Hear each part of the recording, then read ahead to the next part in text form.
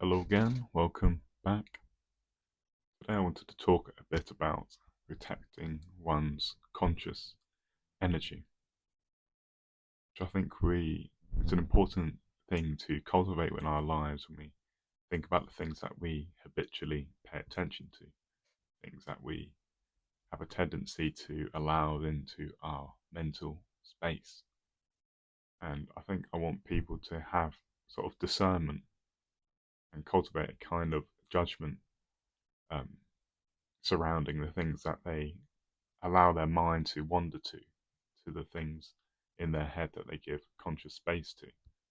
Because especially when you think about, say, general news media, general social media, um, a lot of the content that people are exposed to, that they have conditioning their mind, which is, you think about it every time you do open up your phone and scroll, and you're exposed to all sorts of different cultural artifacts, different stories, which are implicitly imposing certain idea structures.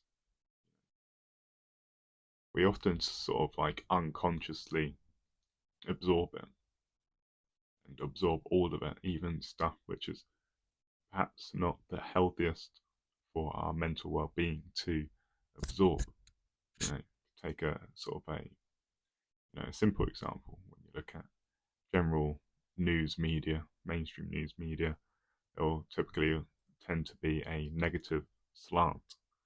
There'll be a greater amplification of, you know, stories that have a general theme of threat and danger.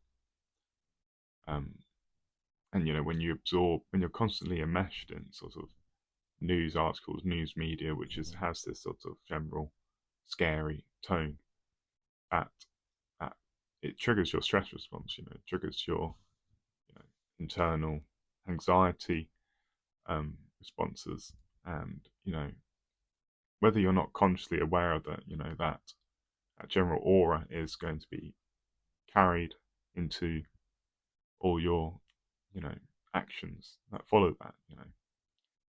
It's like when you say you watch a horror movie, which is a very energetically intense experience. It's playing on all those sorts of primordial stress and fear responses within us.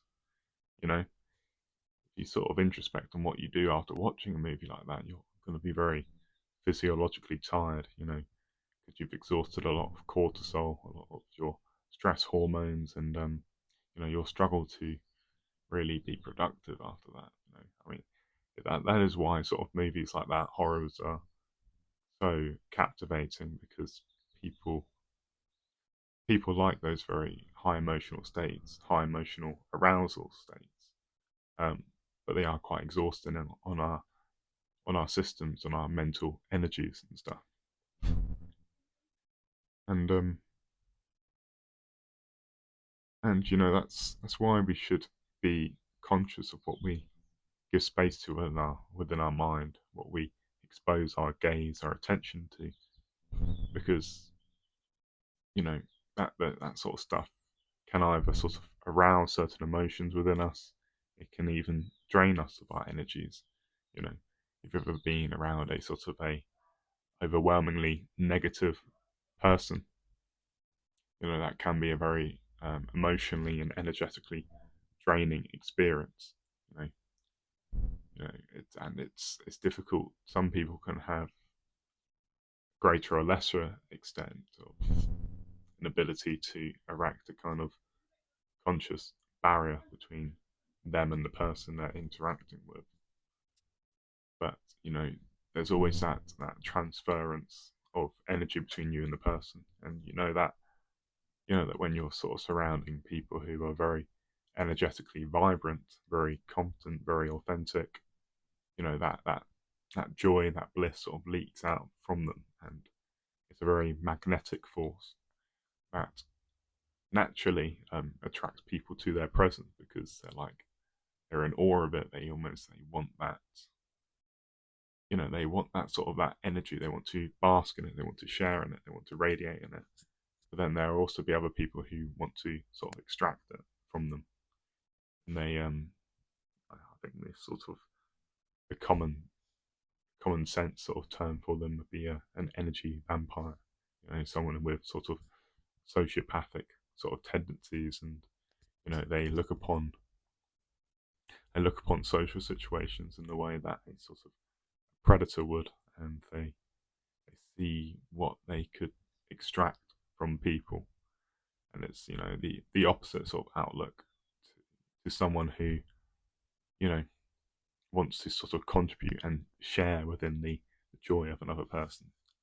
They're two very different sort of emotional outlooks towards the world, I suppose.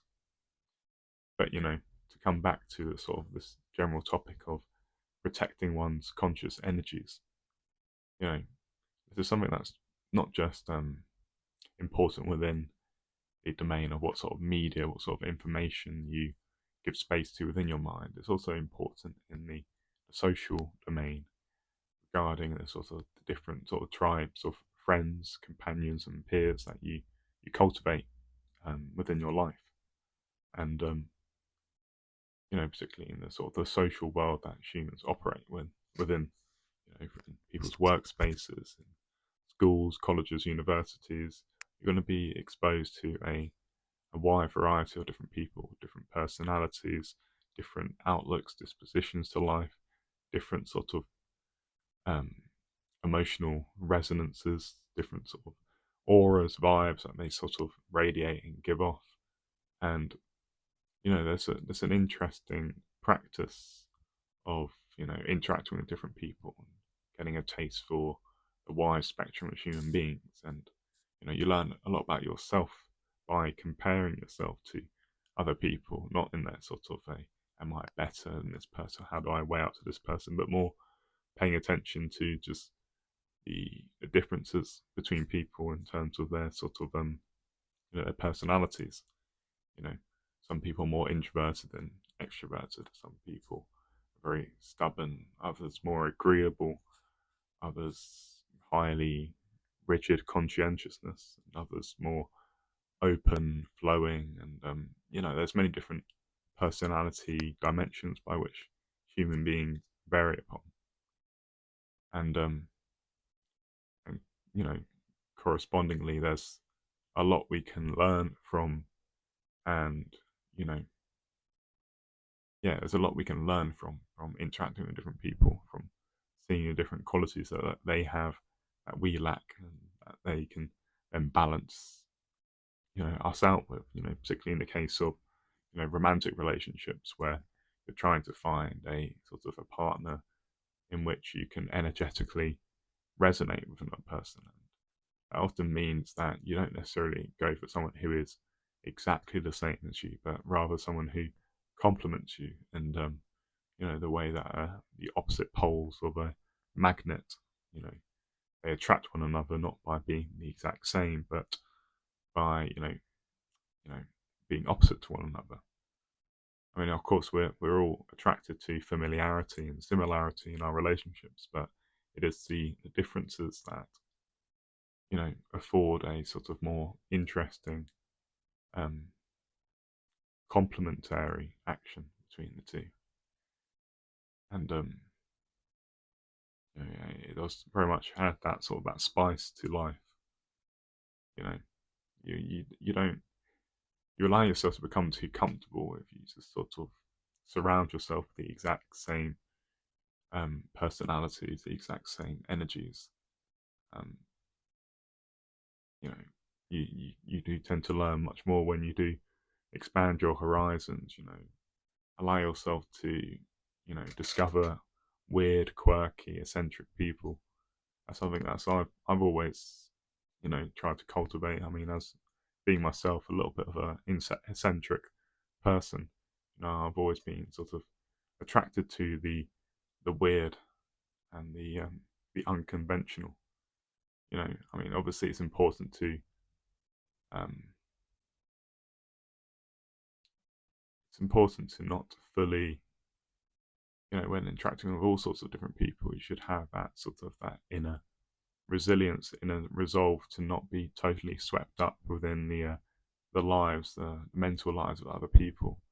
It's look, be true to oneself, but and exercise a certain detachment, because often with more and more eccentric people, they can often sometimes have chaotic lives, and that has this sort of a weird magnetic effect where they have a tendency to pull people into the chaos of their lives, almost like a sort of a black hole, a kind of vortex. And it's important to have sort of discernment to be able to sort of identify those sorts of individuals, so that you aren't you know swept up into a toxic relationship, or some kind of you know social dynamic which is can be quite destructive and draining of you.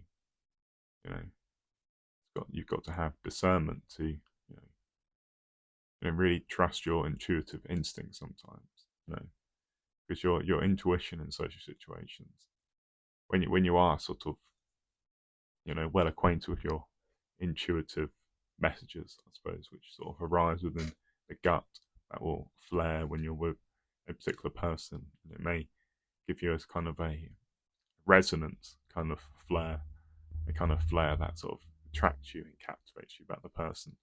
There can also be sort of these signals that are more of an aversive, a kind of threat, a kind of anxious kind of signal, where something's off. You maybe cannot conceptually put your finger on what it is, but something is off as a kind of message from this other person that is maybe being delivered through the things that they say, their body language, their demeanor, their sort of energy.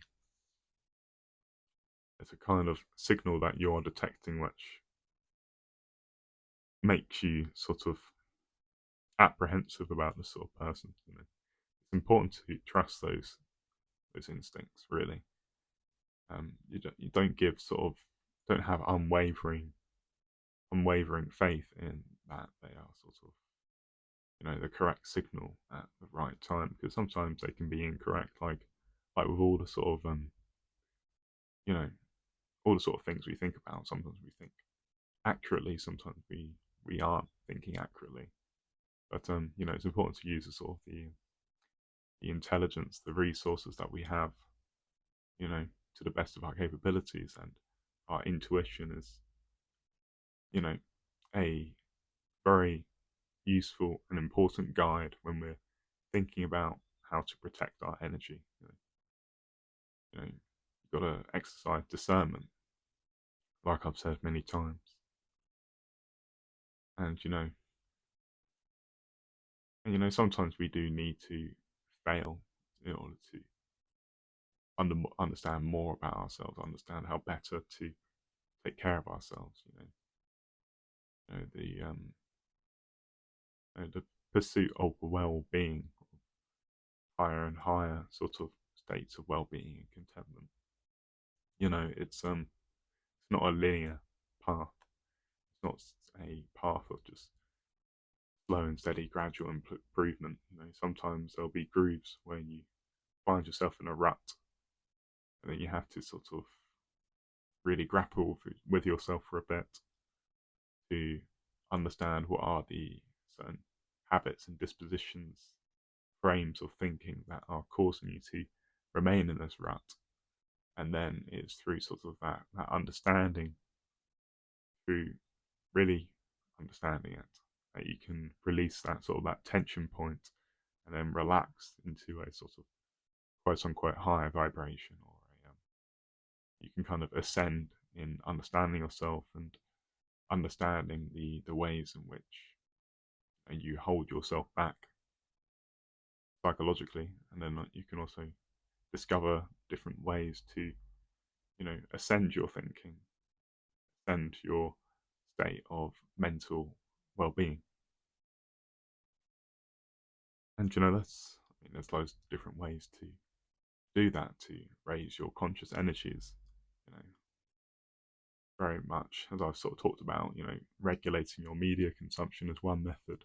Regulating the persons, the relationships that you cultivate, and surround yourself with. That's another avenue. And of course, you also have the general sort of um, health aspects, which are very, very important. In relation to your sort of lifestyle habits, your diet, your exercise. I'll talk about that in a different sort of video. It demands its whole other, um, it demands its own sort of attention. But primarily, the protection of energy um, relates to the protection of your attention. From the very first principles, it relates to the things that you give clarity to in your mind, that you bring to your awareness and you hold in your awareness, and you can be more consciously aware of that.